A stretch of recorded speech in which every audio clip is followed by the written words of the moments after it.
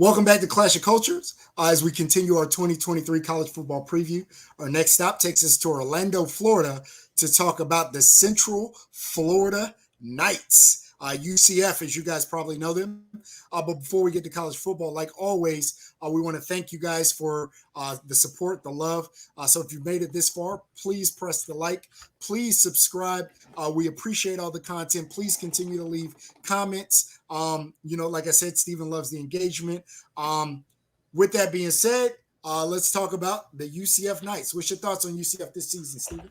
So obviously the biggest storyline for this team and the program, its fans, everything is making the big jump to a Power 5, Big 12 conference. Yes. And I think I'm kind of thinking about that. Obviously over the last, 4 to 5 years, they were always looked at like the little brother to the Power 5 schools. They had that little run way back. How long ago was it? 6 years ago? When they were It's a little while now, huh? Yeah, it was a little while ago. And then Cincinnati kind of took that spot with the playoffs and stuff like that. And then now you have Tulane who's doing it. So I think UCF was kind of the first team, to kind of break that barrier of a Power 5 school getting a little bit of love. I'm sorry, a Group of 5 school getting a little bit more love than they, I guess, got before, more love that they should have deserved. But I think heading into the 2023 season, ESPN has them ranked as the number 26 team. That is fairly high. I think that's a lot of respect given to them, which, I'm not mad at. I'm not at UCF 8 or anything. I just think that's a little bit high. ESPN has them projected to win, 7-4, 8, 7-5, 8-3, with about a 2.5% chance to win the Big 12. And just to give a little context to that, or a little perspective, those of you guys who watched the Kansas State video, Kansas State won the Big 12 last year, and they also have a 2% chance to win the Big 12. So ESPN thinks UCF and Kansas State both have the same amount of, the same chance. Obviously, it may be based off of schedule. So I'm not going to look too much into that. Maybe they have a tougher schedule or something along those lines. But as you guys can see from last year, they lost to Louisville by 6. They lost to East Carolina by 21. Then lost to Navy by 3. They got blown out by Tulane. They lost to Duke.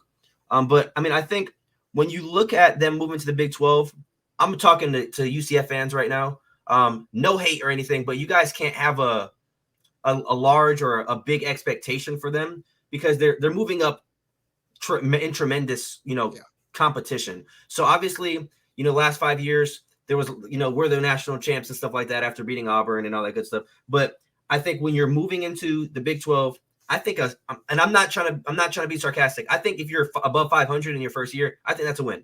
And again, I'm not being sarcastic. I'm not trying to be funny. I think anything above 6-6 is a win. I have you guys going above 6-6, so I'm not saying that's where I have you. But I think anything above that, winning some of those Big 12 key games, I think that's still a win for the program. Yeah, we'll talk about my predictions, but I will say I'm right along the same lines as you. I think this is going to be, and I don't want to say tough. I like what they're bringing back. They're bringing back starting quarterback. They're bringing back a running back that was, really in there too deep and went for over 700 yards, almost 800 yards rushing. They're bringing back their top receiver. They do have 3 transfer portal linemen. So they're bringing back a lot. But this is a major step up into a very good conference. And we got to remember the Big 12 this year is going to be a little bit different. You added teams, but Oklahoma and Texas haven't left yet. So those teams are both still there. So this is going to be a very competitive conference. And I'll be honest, and again, we'll talk about the schedule and predictions and all that. I think this is going to be a mighty step up this year. I agree. I think it is too. Just by looking at, what they brought back and what they kind of replaced. But I think what stands out to me before we get into their roster makeup for this year or, even last year, I guess you want to say, they were the number 1 recruiting team of all Group of 5 teams. So I think that goes to show. I would say that, obviously they're 43rd overall.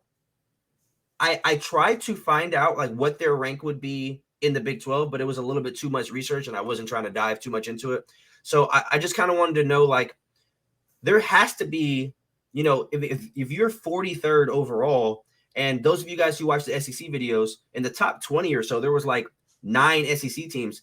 I'm assuming they're better than half of the teams in the Big 12 recruiting-wise from 2023, if not half, right around there. So it's not like the talent level is, tremendously lower than the Big 12. I would still favor the Big 12 talent-wise. I would say the perennial Big 12 teams, I'll put it that way, talent-wise.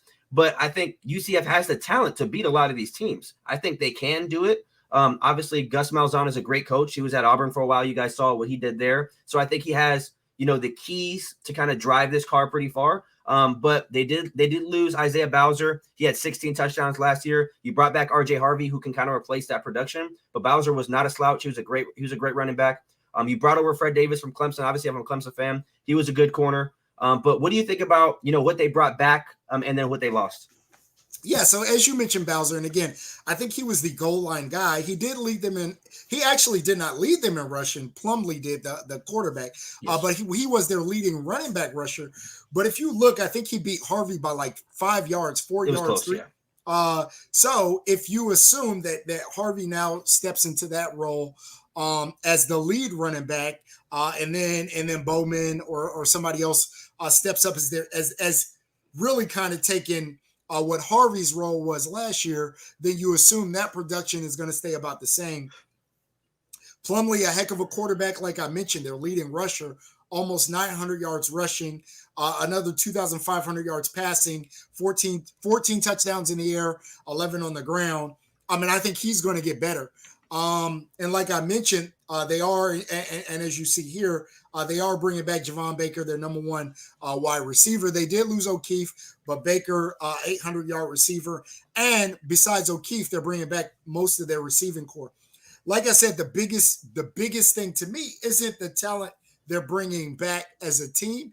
It is the talent that they're bringing back as they go to the Big 12, which is a very talented conference. And you guys all seen the dogfight it was last year in the Big 12 with a number of good teams. And I think all of those teams are still going to be good.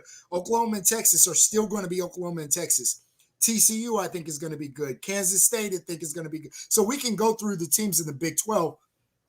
Those are step up from the teams that UCF played last year. And again, not to knock UCF and what they have, but this team, I don't think they have the talent to beat Big 12 teams game in and game out. But we'll see. Yeah, I agree. And I want to say one other thing as far as recruiting goes. They were the number one team in the Group of 5 ranking. Obviously, I think that's going to go up being in the Big 12. Players are going to want to play in the Big 12 against those top talents. Gus Malzahn is a great coach. But I think they're going to have a leg up on the competition heading into next year when Oklahoma and Texas leave. The reason being, most of the Big 12 teams are in like the Midwest, South. UCF is in Florida, so they're going to be in a recruiting hotbed. So they're going to be able to get a little bit more. They'll have an advantage over the other teams in a more prominent football state like Texas, Texas, California, and Florida. So I think they're going to be able to be in that kind of pipeline to get those players. Also, we talked about RJ Harvey. Johnny Richardson, I believe his name is. He's one of the fastest guys in the Big 12. He's going to be their second or third string running back. But they also bring over DeMarcus Bowman. He was the only reason why I know him is because he committed to Clemson in 2020, and he was a number 4 running back in the class. I forget where he transferred to, but then now he transferred again, and he's at UCF. So I think he's going to be competing with Harvey to get a lot of those touches. So I think the running game is going to be really good, obviously, with Plumlee. What was that? Yeah, Bowman went to Clemson in Florida. Okay, for sure. Yeah, I didn't know where he went after that because I don't even think he played a snap in Clemson. But I know he was a highly touted recruit. But I think the running game is going to be good. Obviously, Plumlee showed that he can run the ball. It's going to take a little bit of the load off of him with Richardson, Bowman, and Harvey. So I'm really curious to see how the offense is going to run.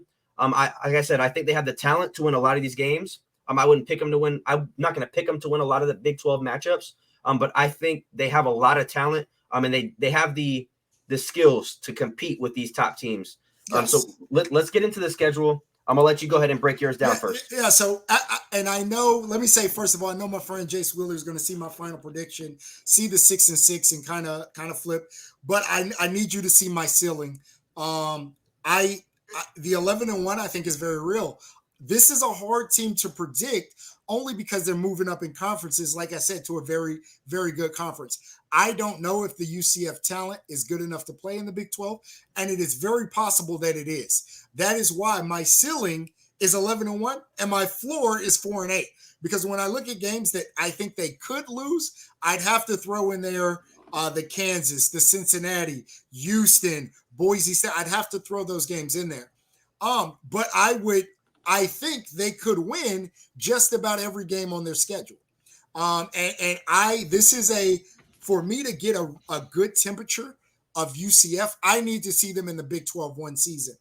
It's just they're so hard to predict this year, and I think the Big 12 is a good conference as well. I just need to see them play Big 12 teams week in and week out to really get that temperature. I went 6-6. This was tough. I had them as high as 8-4. I had them as low as 5-7 as I was kind of looking through the schedule. I settled at 6-6. But I wouldn't be surprised if they were at anywhere on the spectrum between 4-8 and 11-1. And I know people in the comment section are probably trying to count the red lines. I forgot another typo. My bad. I forgot to put red on Kansas. My dad has them losing to Kansas as well, so that's where the 6-6 comes. So we can do math. I just screwed up there. And then on my end, I have the 11-1 ceiling as well. I have the floor at 5-7 though, so a little bit higher than yours. I have them losing to Boise State, Kansas State, Baylor, Oklahoma, and Texas Tech. Like you said, I think the 11-1 ceiling is not a joke. And I think that's a very real possibility, but it is just very hard to kind of predict and project how good this team's going to be, because I think they can either be really bad or I think they can be really good. So I think 7-5 for me seemed about right. But I can think, like you said, it can swing either way. And now I'm not gonna say that I wouldn't be surprised if they went 11-1. If UCF goes 11-1 this year, I might get a UCF jersey. That would be crazy for them to join the Big 12. Jace is going to hold you to that. And could you imagine if UCF joined the Big 12 in their first season and are in the 11-1 is the Big 12 title game? Based on what we've been saying through our previews, that would be the Big 12 title game. That would be insane if UCF were to do that. I think they would need to move to the SEC next year if they're able to do that. But nonetheless, that's our UCF prediction. So UCF fans in the comment section, don't put our heads on a spike. It's your guys' first year in the Big 12 in a Power 5 conference. I think it's going to be a transitional period, obviously. Gus Malzahn's a great coach. You guys are going to recruit a little bit better. So I think it's only going to be up from here. But 7-5, again, like I said in the beginning of the video, 6-6 even, it's still a win when you're going from Group of 5 to Power 5 conference. So I think we'll just have to wait and see. But as always, make sure you guys subscribe. If you're new to the channel, help us get to 1,000 subscribers. We're going to be doing another giveaway at 1,000. If you're a returning viewer, what do you guys think about UCF? What is your take on UCF? And what videos do you guys want to see? But we will see you guys tomorrow. But until next time, peace out.